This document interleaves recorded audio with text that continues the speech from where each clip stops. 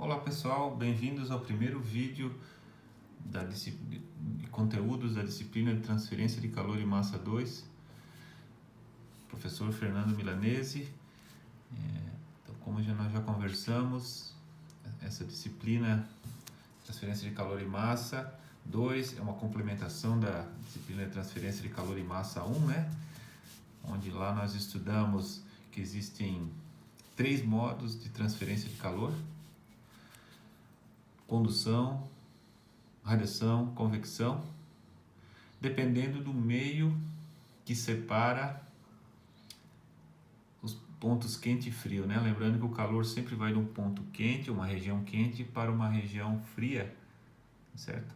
Ou um ponto frio, e dependendo do meio que separa essas regiões quente e fria, se for um meio sólido, a gente diz que o modo de transferência de calor é condução, que vai pela estrutura cristalina, né? Propagação de ondas na estrutura cristalina dos materiais sólidos. E vimos também que fluidos, quando eles estão parados, em repouso, ou seja, não existe movimento relativo entre as moléculas, né? Também existe transferência de calor de uma maneira semelhante ao que ocorre nos sólidos, ou seja, de molécula para molécula, ou de partícula para partícula, existe essa transferência de energia. Então, nós estudamos aprofundadamente a condução de calor, lá em Transcal 1, né? E aqui, e depois a gente estudou também em Transcal 1 a radiação, bastante aprofundada, que é aquele modo de transferência de calor quando o meio é dito semi-transparente. Então a gente fez um estudo em detalhes e viu que a luz nada mais é do que radiação térmica, né? A luz é calor, de uma maneira mais grosseira, e tudo que transfere a luz, né? Tudo que é transparente à luz, ou seja, que deixa a luz passar, na verdade está deixando passar, tá junto com a luz, né? Que é uma informação visual, está passando energia na forma de calor, que é a chamada radiação térmica. Estudamos também em detalhes. E o terceiro modo nós vimos apenas de uma maneira bastante superficial e falamos que ele seria melhor explorado aqui em Transcal 2. Então, Transcal 2 vai ser basicamente o estudo da convecção, de uma maneira grosseira. E ele vai ocorrer sempre que temos fluidos em movimento, ou seja, existe uma movimentação relativa entre as moléculas do corpo, onde o calor está se propagando. Enquanto que nos sólidos, as partículas ou moléculas estão paradas uma com relação à outra, tá certo? Na convecção, a gente tem a movimentação relativa entre as moléculas do corpo. E isso provoca um aumento na transferência de calor. Então, comparando, por exemplo, o ar paradinho com o ar em convecção, como é que eu mantenho o ar parado? Se vocês lembram, sistemas isolantes, né? As espumas, tecidos, etc., são maneiras de aprisionar o ar em pequenas cavidades, de forma que eu impeço que o ar se movimente. Então, se eu impeço que o ar se movimente, ele tem uma condutividade térmica baixa, né? Ele acaba servindo como isolante, ou seja, ele impede a formação de convecção, certo? Fluido parado, aprisionado lá nas bolinhas do isopor, nos tecidos, tá certo? Nas espumas, essas bolinhas deixam o ar parado e com isso existe só condução. E a condutividade do ar é baixa. Agora, se o ar pode se movimentar, como ocorre normalmente, né? Por exemplo, nesse exato momento, como vocês estão mais quentes que o ar ao redor de vocês, temperatura superficial em torno de, a gente falou sobre isso lá em Transcal 1, né? Em torno de 32 graus, coisa parecida, e o ar está geralmente abaixo dessa temperatura. Então, essa diferença de temperatura provoca transferência de calor através desse fluido. E o fluido vai, à medida que ele aquece, ele tende a subir, né? A gente viu isso. E, ou seja, o ar é induzido naturalmente ao movimento e com isso retira calor. Ou então, se a gente liga o ventilador para aumentar essa velocidade do ar, a gente tem uma intensificação, um aumento da convecção. São conceitos que a gente viu lá em Transcal 1 e que agora, em Transcal 2, nós vamos estudar com muito mais detalhes, obviamente, tá certo? Então, vamos começar o estudo da convecção. O que é a convecção? É a transferência de calor que envolve um fluido em movimento. Geralmente vai ser uma superfície sólida que está em contato com o fluido. Então imagina um sólido aqui, estou olhando de perfil, né?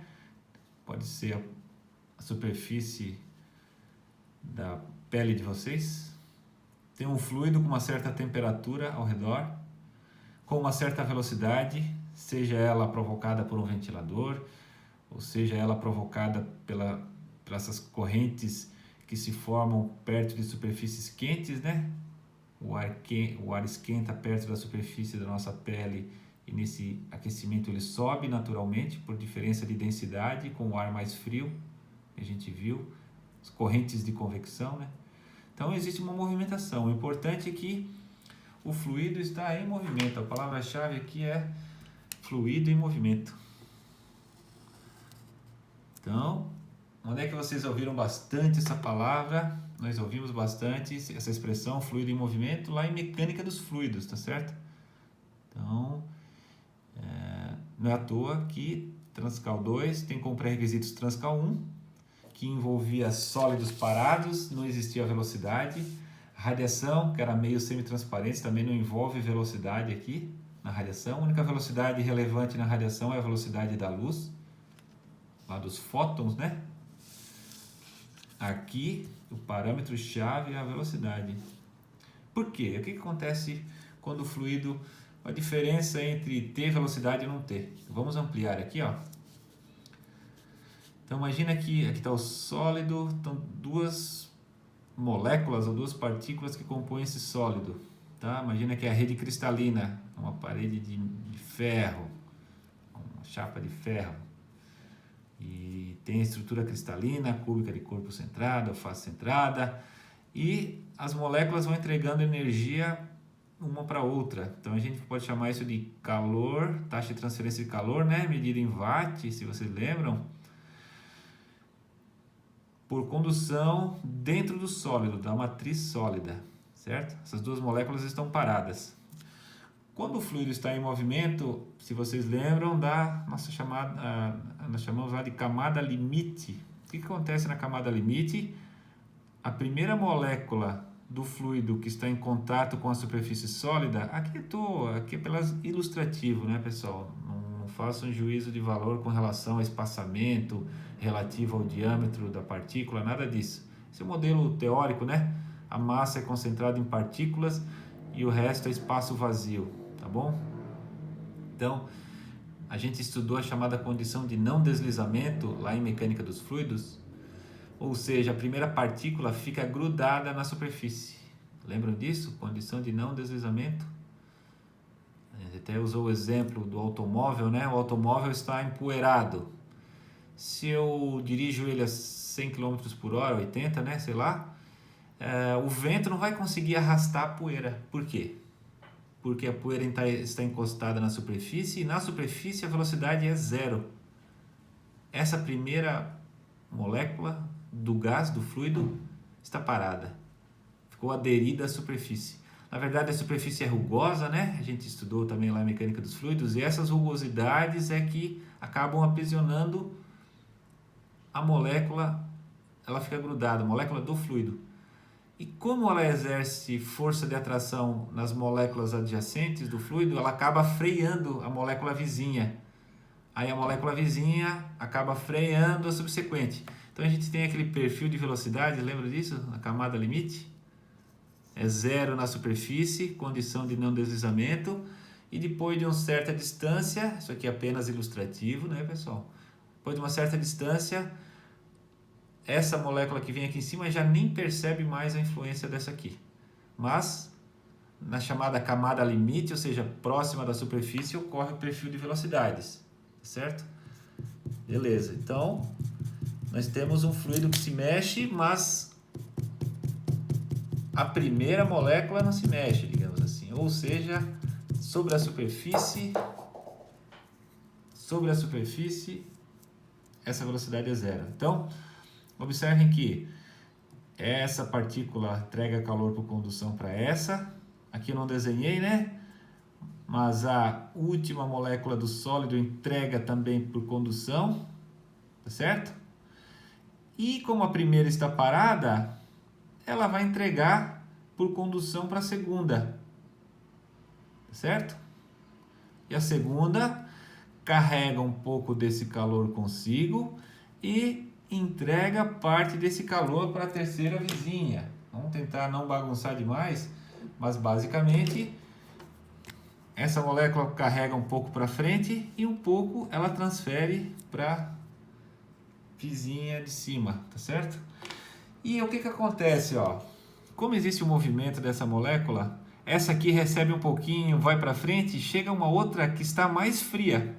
Observe que se não tivesse velocidade, essa aqui é esquentando, esquentando, esquentando, e como ela está esquentando, a diferença de calor vai diminuindo. Porque essa está quente. Se eu tenho sempre uma molécula fria aqui, eu estou sempre retirando uma grande quantidade de calor da primeira molécula.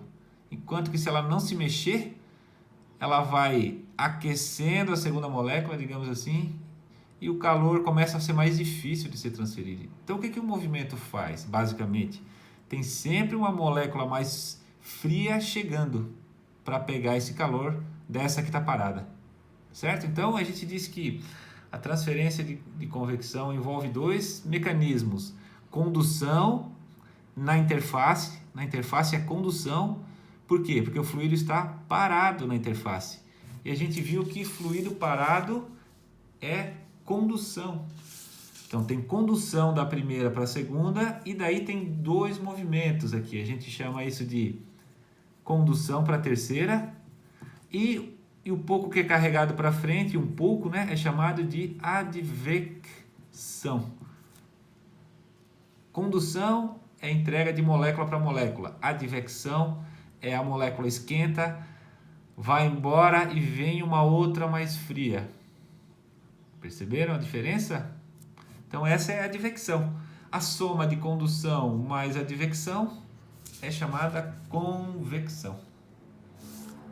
É o início da primeira e o final da última, da segunda palavra. Então, o movimento-chave, a palavra-chave aqui é movimento, pessoal, tá? É a advecção.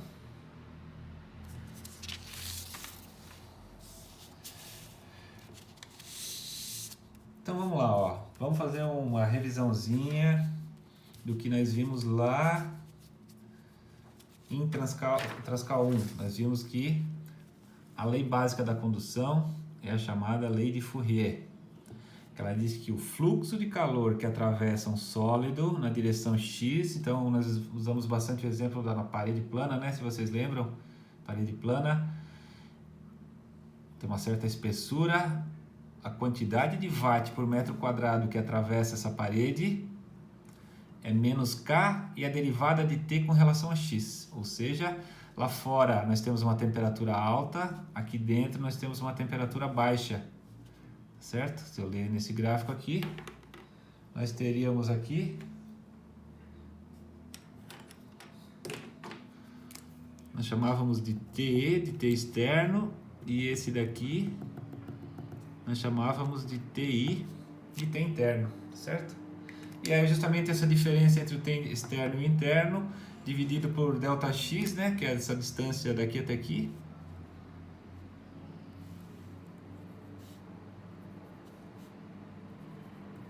que a gente chamava de L, de espessura da parede, certo?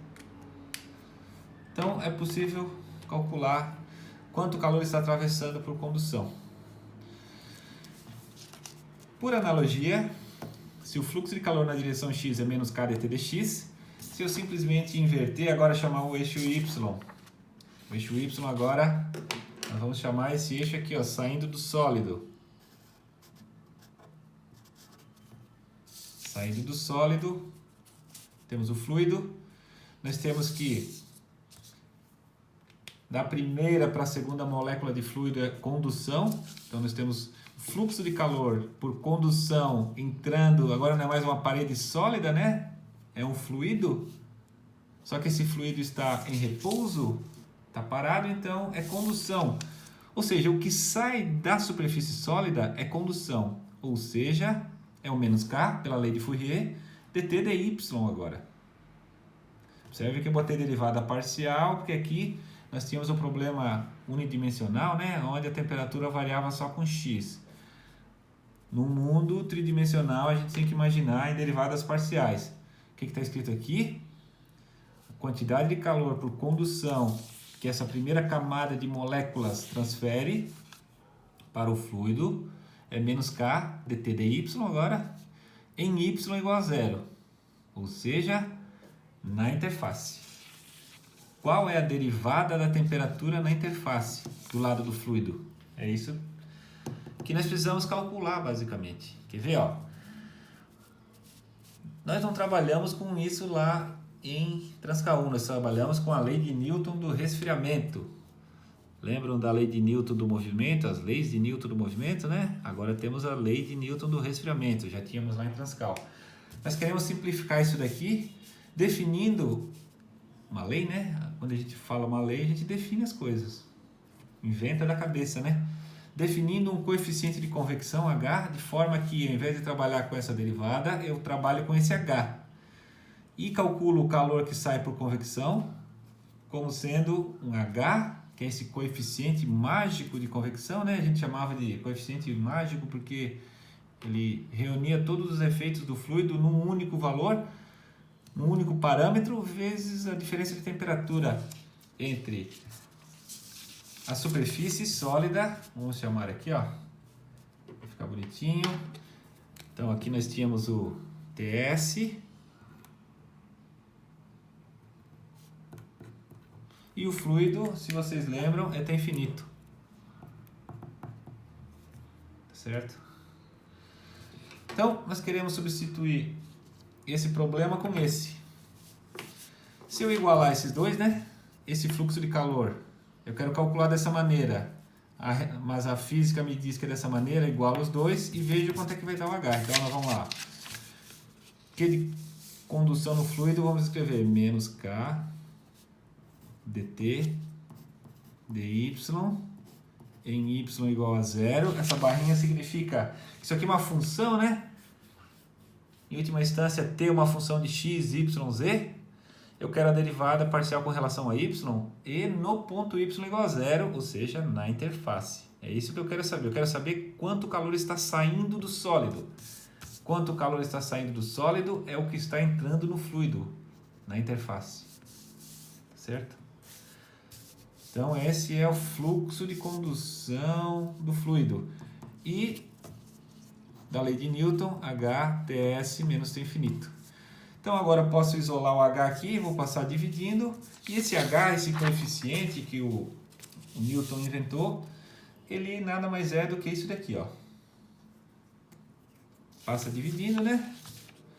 E temos que o H é menos K, a derivada da temperatura, dividido pela diferença de temperatura. E ficou faltando aqui em y igual a zero. Certo? Então, nosso H, essa é a equação para a gente obtê-lo. Certo? Lá em Transcal 1 eu sempre era dado, basicamente. Ah, o H de tanto. Agora nós queremos obter o valor de H. Essa é a nossa tarefa aqui em Transcal 2. Obter esse H, coeficiente de convecção. Então, se eu quiser calcular ele analiticamente, ou seja, teoricamente, eu teria que ser capaz de calcular essa derivada. A chave é essa derivada aqui. Onde t depende, na verdade, não só de y, ele depende de x, y, z. Tá certo? Tudo bem? Como eu quero na interface, vamos ignorar o tridimensional, tá certo? E nós queremos o y igual a 0, no final vai tirar que esse h vai depender de x ainda, porque t depende de x e y. Esquece o z por enquanto. Vamos trabalhar no bidimensional. Naturalmente, ele é a função de x e y. Só que nós queremos y igual a 0. Ou seja, no final das contas, nós vamos substituir o valor de y igual a 0. E vai sobrar uma função que é de x ainda. Então, o h, a gente diz que varia ponto a ponto. O coeficiente de convecção varia ponto a ponto na superfície. Então, vamos voltar ao nosso desenho. O h aqui não é igual ao h aqui, que não é igual ao h aqui, e assim por diante. O h depende de x. E podemos escrever aqui, e é esse o nosso objetivo nessa disciplina, basicamente. Pequenas variações disso, tá? Basicamente é determinar como é que a gente pode obter esse h. Para isso, precisamos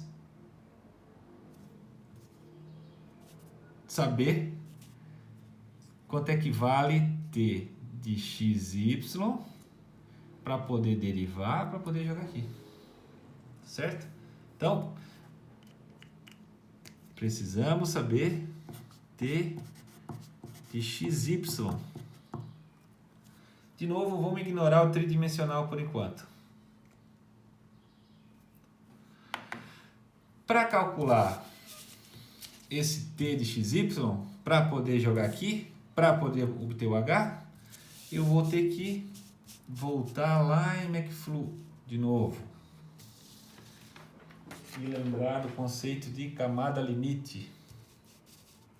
O que é camada limite? É uma região próxima da superfície sólida. Então aqui nós temos um sólido. E aqui em cima temos um fluido. Existe uma região próxima do sólido. A gente até falou alguns centímetros, né? Ou menos de 1 centímetro. Que vai perturbar o escoamento. Ou seja, imagina que isso aqui é a tampa do motor do automóvel. O automóvel está se deslocando com uma velocidade U. Por que U, professor? Lembra de U, V e W na direção X? Nós temos a componente U. Então a gente chama esse U de U infinito, significa infinitamente longe da superfície. Ou seja, antes de chegar na superfície. Imagina que as flechinhas estão todas do mesmo tamanho. E pela condição de não deslizamento, então a última molécula sempre é freada, ou a primeira, né? Sempre é freada, e ela vai segurando as de cima, e à medida que o escoamento vai progredindo, mais e mais essa perturbação vai avançando no escoamento, uma molécula vai segurando a outra, né? E temos os perfis de velocidade que variam de 0, condição de não deslizamento, até a velocidade máxima, né? Que é a velocidade de corrente livre, que a gente chama, que é o infinito. Certo? Então, o infinito, o tamanho dessa flechinha não muda. Apenas muda próxima da superfície. Mais e mais a região de influência vai aumentando. Então, a gente chamou isso de camada limite lá. Agora, a gente vai chamar de camada limite cinética. Por quê? Porque existe uma outra camada limite que vocês não conhecem ainda, que é a térmica, que nós vamos falar daqui a pouco, tá? Então, porque agora estamos entrando com a transferência de calor, então entra uma segunda camada limite que a gente vai ver daqui a pouco. Então, só o que surgiu de novo lá de McFlu, veio de camada limite, e a camada limite cinética aqui, ou de movimento, né? Alguns chamam de camada limite de movimento ou camada limite cinética. Então, a camada limite tem duas regiões bem importantes, delimitadas por uma linha, tá certo? Ou numa superfície bidimensional por um plano, né? Então, ó, o que está escrito aqui? Quando o y é menor que delta, delta é o valor da espessura, né, da camada limite, que vai aumentando com x.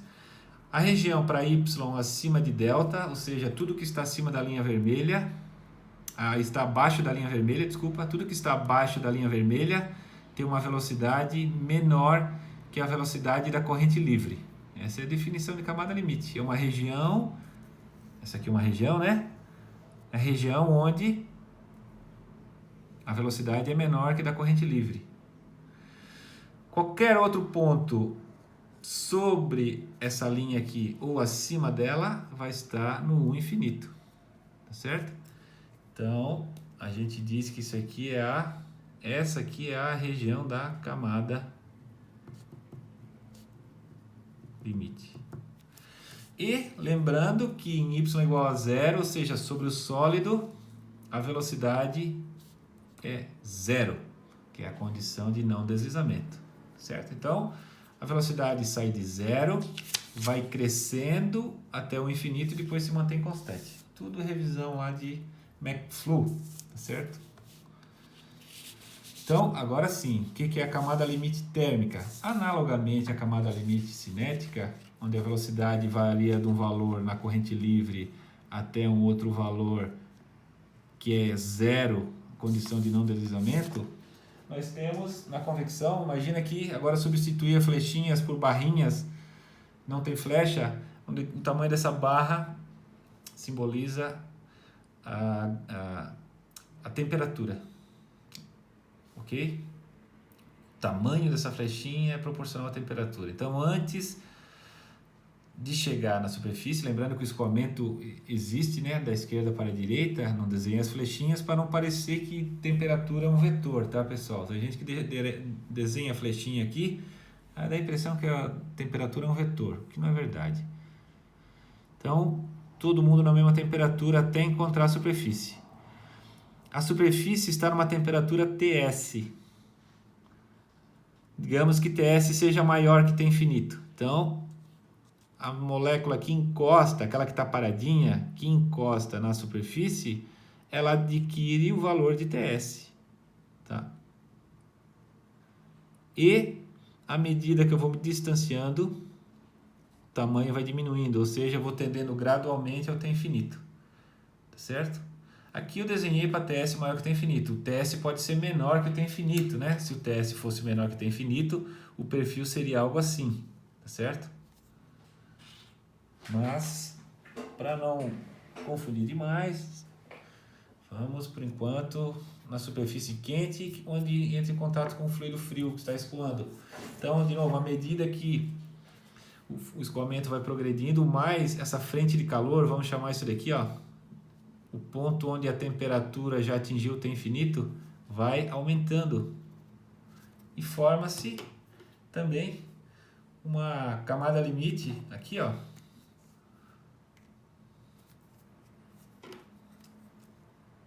muito semelhante à camada limite cinética, que é a camada limite térmica. Observe que as duas não são do mesmo tamanho, da mesma espessura. Uma coisa não tem nada a ver com outra. Não é porque a velocidade já chegou lá em cima que a temperatura também chegou. Certo? Então, em geral, elas têm tamanhos diferentes. Então, por isso que uma é chamada de delta, e essa é delta com um Tzinho, significa camada limite térmica. Tá certo? Observem que o que nós estamos buscando mesmo, sempre é bom não perder, historinha longa, né? Bom não perder o fio da meada. Nós estamos buscando a derivada da temperatura com relação a y, no ponto y igual a zero, para tirar o valor de H. É isso que nós estamos. Então, nós queremos, no final das contas, calcular a inclinação dessa derivada aqui, ó.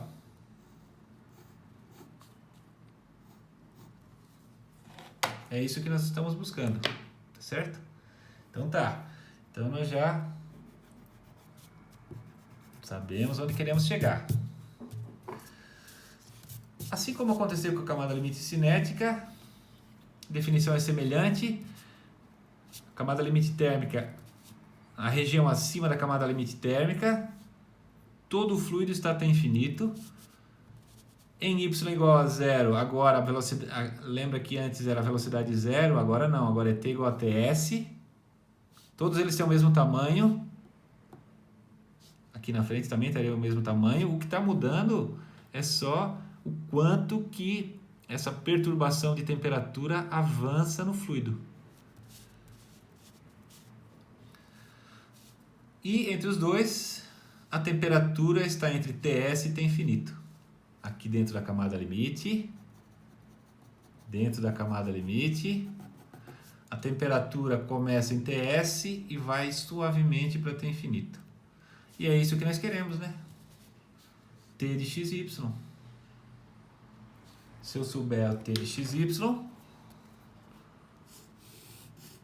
ou seja, esse cara aqui, se eu souber isso daqui, ponto a ponto,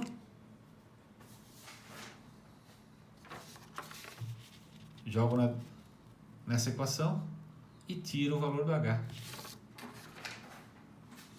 Até reescrever aqui, ó. Então, nosso objetivo no final das contas é pegar esse Ts e substituir esse T de xy e jogar aqui, ó. Deriva com relação a y igual a y a zero. Ok? Então tá. Como é que nós vamos obter esse chamado campo de temperatura? Campo de temperatura é a temperatura ponto a ponto no espaço. Campo de temperatura. Como vamos obter o campo de temperatura na camada limite?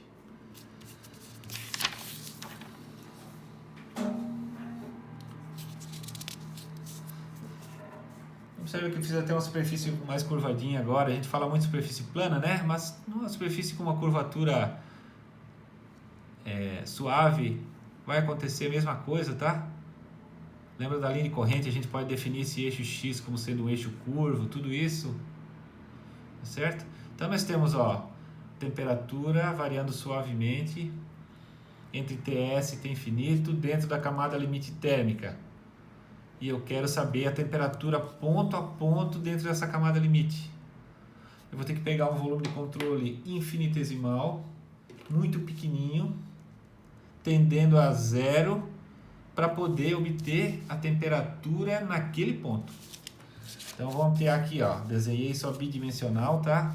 Imagina, pode ser tridimensional, mas se a gente não simplificar um pouco, não consegue resolver. Olha só. Aqui está o volumezinho visto de lado, só no plano XY, só no XY. Vamos escrever aqui, ó, X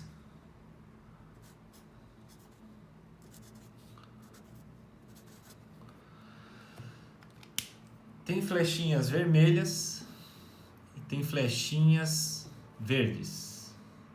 O volume de controle tem dimensões ΔX por ΔY. Flechinhas vermelhas são calor de condução. Flechinhas verdes, calor de advecção. Condução, vermelhinha, verde, advecção. Então lembra dessa molécula aqui? Tem condução e convecção. Vamos trabalhar com molécula, a gente trabalha com volume de controle, né? Conceito de volume de controle. Volume de controle é aquela região do espaço que tem entrada e saída de massa, tá certo? Como tem velocidade, que é justamente essa advecção, né? Está entrando e saindo massa, então não é mais um sistema, é um volume de controle, tá certo? Além disso, pode ter energia gerada internamente. Por exemplo, imaginem que isso aqui é um óleo muito viscoso. Lembra da viscosidade do óleo? A gente fazia aquela analogia de esfregar as mãos, né? Quanto mais viscoso for o óleo, a gente esfrega as mãos, né? Cisalhamento, não esqueçam que isso aqui está sob cisalhamento.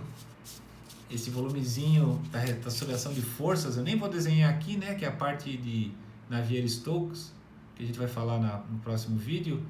Está havendo o cisalhamento desse volumezinho de controle e está gerando calor por atrito. Isso pode ocorrer em óleos muito viscosos, tá? Caso mais genérico. Não é comum. A grande maioria dos casos, água, ar. Esse termo aqui é zero. Energia gerada. Energia gerada internamente. A gente falou lá em Transcal 1 também. A gente falou lá em sólidos.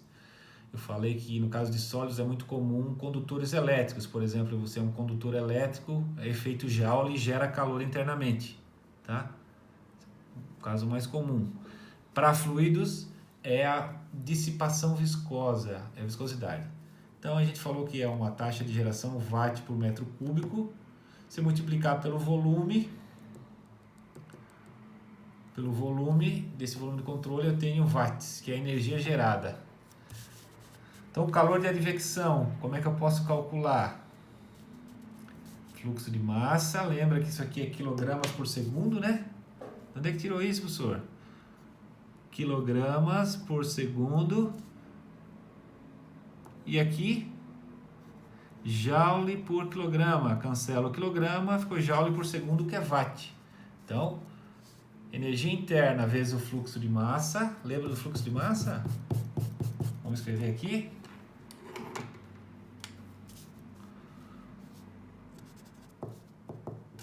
Produto ρVA, lembra lá de McFlu, né?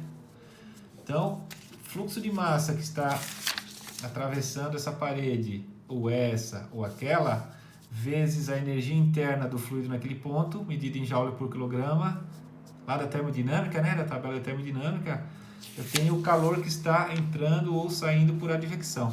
Então, multiplico o fluxo de massa pela energia interna. E o calor de condução, como a gente viu, é menos K. Porque agora eu não estou mais interessado no fluxo, né? O fluxo é menos K dt dx.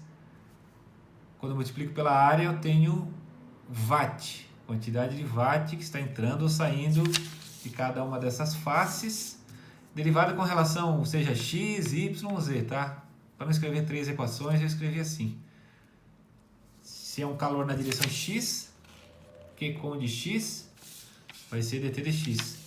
Q conde y vai ser dt dy. E z, obviamente. E aqui a gente está fazendo só 2D, né? Não se esqueçam disso. Então, olha só. Eu tenho calor que é gerado internamente, calor que entra e sai por advecção e calor que entra e sai por condução. Nós vamos aplicar o princípio da conservação da energia. Vamos focar só na energia térmica, esquece outras formas de energia, como o trabalho, por exemplo, certo? Esquece o trabalho, esquece energia elétrica, só energia térmica. Estamos preocupados com a temperatura. Princípio da conservação de energia. Vem lá da termodinâmica, né? Em regime permanente seria Q menos W igual a zero, porque é regime permanente, W é o trabalho. O calor líquido, né? Calor líquido é zero, basicamente é isso. Então a energia que entra sai na forma de calor, o que entra menos o que sai menos o que foi gerado. Desculpa, mais, né? Mais. O que entra mais o que sai mais o que foi gerado tem que ser igual a zero. Quem é a energia que entra? Nós temos a energia que entra do jeito que a gente desenhou, temos a energia entrando nessa face aqui, que nós vamos chamar de face X. Temos a energia saindo nessa outra face, que nós vamos chamar de X mais delta X. Então, face X, que está a uma distância X da origem, e a face X mais delta X, onde delta X é o tamanho, né, do volume de controle. Mesma coisa aqui, face Y mais delta Y. Tá? Então, calor de condução na face superior, calor de advecção na face superior. Então, onde que está entrando? Está entrando pela lateral esquerda e por baixo. Então, vamos lá. É o Q conde em X mais o Q de advecção em X, condução em Y,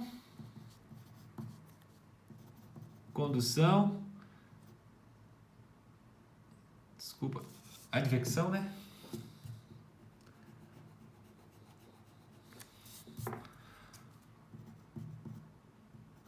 Advecção em Y.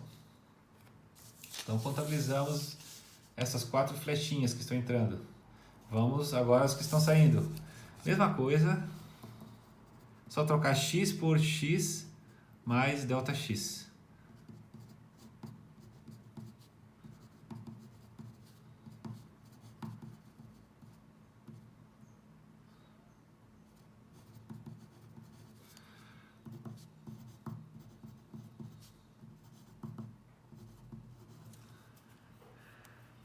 Quem que é?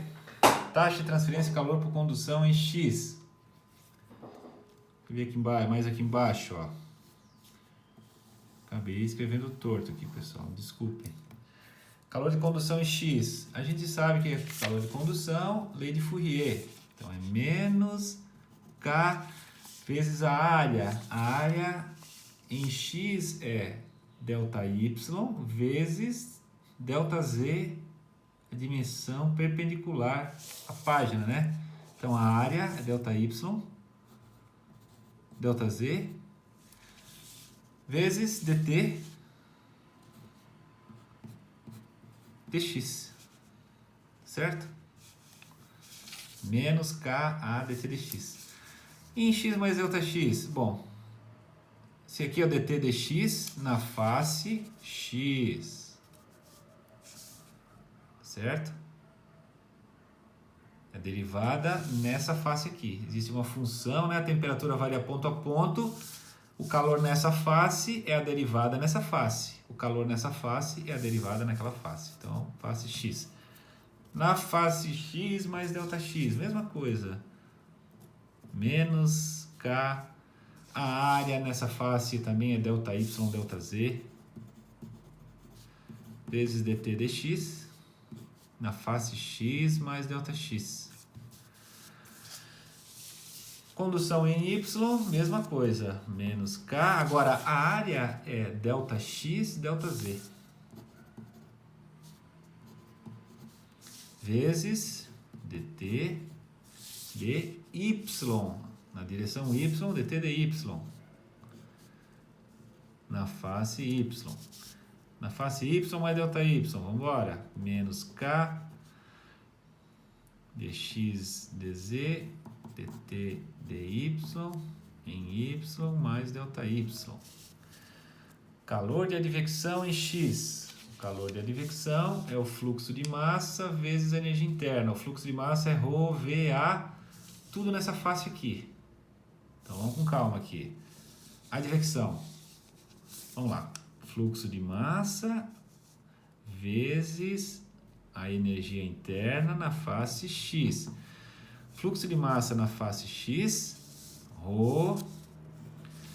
Velocidade na face x, que nós vamos chamar essa velocidade de velocidade u, porque na horizontal, né? Relembrando os vetores elementares, u na direção i,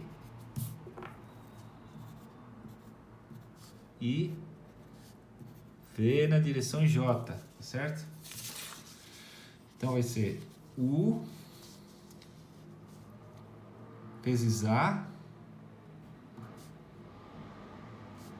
vezes E na face X. Rho, U na face X, a área na face X, ΔY, ΔZ. Vezes a energia interna na face x. A densidade eu não pus face x aqui, pessoal, porque nós vamos estar trabalhando com fluidos incompressíveis, tá? Lembra dos fluidos incompressíveis? São aqueles que têm densidade constante, ou seja, os líquidos e os gases longe da velocidade do som. Lembra que eu falei?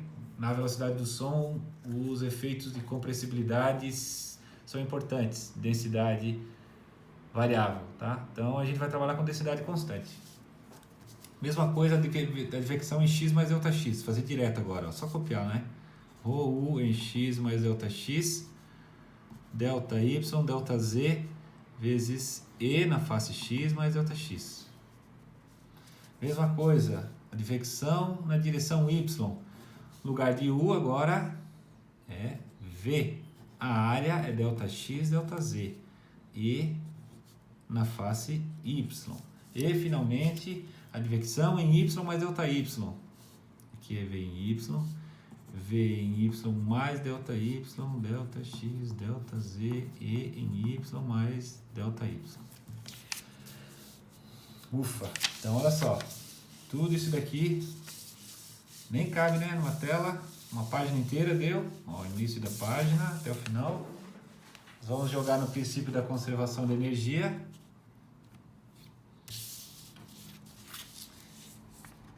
Vai dar uma encrenca bem grande, né? Eu vou dividir tudo por ΔX, ΔY, ΔZ, que é o volume, né? Quantidade de metros cúbicos que tem aqui dentro. Dividindo isso aqui tudo por ΔX, ΔY, ΔZ. E fazendo o limite quando ΔX, ΔY, ΔZ tende a zero. Já fizemos isso lá na fluidostática, na McFlu, né? Fizemos também na condução de calor, lá em Transcal 1. Já fizemos isso daqui. Nós chegamos no limite tendendo a zero. Aparece T na face em x mais ΔX, menos T em x, dividido por ΔX, quando ΔX tende a zero, isso é a derivada da temperatura com relação a x. Falamos sobre isso, né? Derivada com relação a x, derivada com relação a y, certo? Então apareceu termos que envolvem derivada segunda da temperatura. Esse aqui é o termo da geração, não se esqueçam. Pode haver geração interna, né? Watt por metro cúbico. E apareceu aqui derivadas parciais do produto E, ρ, U, energia interna, ρ, densidade, U, velocidade, na direção X, na direção Y. Certo? Então, bastante trabalhoso chegar aqui, tá? A gente vai ganhar tempo, já fizemos 2 vezes isso no semestre passado. Essa é a equação chamada equação da energia, que a gente ainda pode simplificar, incrementar um pouquinho mais, ó. Lembrar que essa energia, professor, mas eu nunca usei E minúsculo para energia interna. Agora eu lembrei, professor, é U mais PV. Por que o professor não usou U como energia interna? Porque U já é velocidade. Tá? Então, U para nós, o minúsculo, não é energia interna. É velocidade na direção X. E V minúsculo não é volume específico, é velocidade na direção Y. Energia interna mais PV é entalpia. Ou seja, a entalpia E mais P sobre ρ. E observem que existe diferencial da energia interna, vai ficar diferencial da entalpia? Diferencial da entalpia é CP, diferencial da temperatura. Então eu vou jogar isso, essa definição aqui, ó, E vai ser H menos P sobre ρ. Vou jogar isso aqui. Vai aparecer DH, no lugar de DH vou botar CP dt. E vou jogar o termo da geração igual, vou jogar fora. Como eu falei, só ocorre para óleos muito viscosos, muito específico. A gente não vai estar trabalhando com isso, sem geração, ou seja, sem dissipação viscosa. Essa dissipação viscosa é proporcional à viscosidade, né? Então o óleo tem essa viscosidade grande. Um óleo muito viscoso, uma graxa, um negócio assim. Já os fluidos normais, os gases, os líquidos comuns aí, seja água, gasolina, ou até os óleos não muito viscosos, a gente pode jogar fora isso daqui. Então, sumiu isso daqui. Com essas simplificações, nós chegamos, ufa, na equação da energia. O livro não apresenta isso aqui, tá, pessoal? Faz de conta que vocês já sabem. Não sei de onde que vocês já saberiam disso. Ele jogou lá no apêndice e tem uns errinhos lá naquele apêndice, tá, pessoal? Nosso livro do Encropeira, quem for estudar por ele. Então, essa é a equação da energia, ó. Apareceu derivada só com relação à temperatura, enquanto que aqui tinha derivada com relação da temperatura e derivada da energia interna. Fiz essa substituição para ficar só em função da temperatura. Então, se eu conseguir resolver essa equação, se eu conseguisse resolver, né? Eu teria T em função de x e função de y. Olha que beleza. O que nós queríamos mesmo? Nós queríamos T em função de x e y para poder jogar na equação e tirar o H. Então tá aqui, ó. Isso aqui tá aqui. Só que não, né? Essa equação diferencial parcial, tem parciais com relação a x, com relação a y, de segunda ordem. E tem um complicador aqui, ó, que são u e v, que são os componentes da velocidade. Isso aqui é uma constante, constante, constante, só que u e v também são variáveis. Então, na verdade, nós temos uma equação e três incógnitas, que são t, u e v. Tá certo? Você tem que começar a simplificar as coisas. Primeira simplificação que o pessoal faz daquela equação, já que a gente está trabalhando com camada limite, né? A gente quer o valor da derivada lá dentro da camada limite. Olha o que está escrito aqui, ó. A derivada segunda de x, de t com relação a x, é muito menor com relação a y. Ou seja, desses dois termos aqui, esse aqui nós podemos jogar fora. Por quê? Através de uma metodologia chamada análise de escala, eu posso dizer que, de maneira grosseira, isso aqui é um ΔT, que é a temperatura máxima menos a temperatura mínima, seria o Ts menos T infinito, né? A máxima temperatura é Ts, e a mínima é T infinito, que vai ocorrer dentro daquela camada limite. ΔX é proporcional ao comprimento da placa. Então, imagina uma placa que tem um comprimento L. Essa metodologia mostra isso, tá, pessoal? Que x, direção x, é proporcional a L, o comprimento da placa. E a direção y é proporcional à camada limite. Então, a camada limite está aqui. Y é proporcional à camada limite, que está o y, né? E x tem ordem de grandeza de L. Parece uma loucura, né? Mas é isso aí mesmo, tá, pessoal? Isso se estuda bastante em cursos avançados. E como o delta é muito menor que o L, a espessura da camada limite é centímetro, comprimento é metros, isso aqui é muito menor que isso, então isso aqui como um todo é muito maior que isso. Ou seja, essa segunda derivada é muito maior que essa.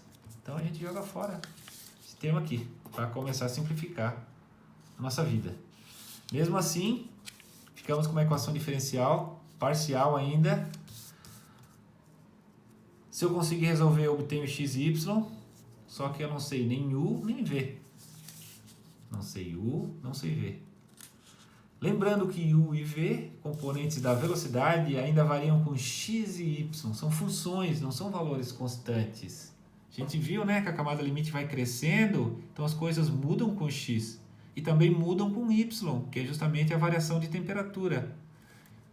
Então, existe um componente da velocidade na direção x, na direção y, que a gente não sabe quanto é que vale. Então, por enquanto, chegamos ao final do vídeo e não chegamos na resposta final, porque a história é longa mesmo, tá? Isso aqui tudo é o capítulo 6 do livro, pessoal. Tá? O capítulo 6 vai contar essa história de uma maneira mais detalhada ainda. Tá? O que nós queremos? T de xy dentro da camada limite. Podemos obter pela equação de energia, mas antes precisamos de u e v. Então, próximo vídeo, vamos primeiro determinar u e v, para depois obter a temperatura. Ok?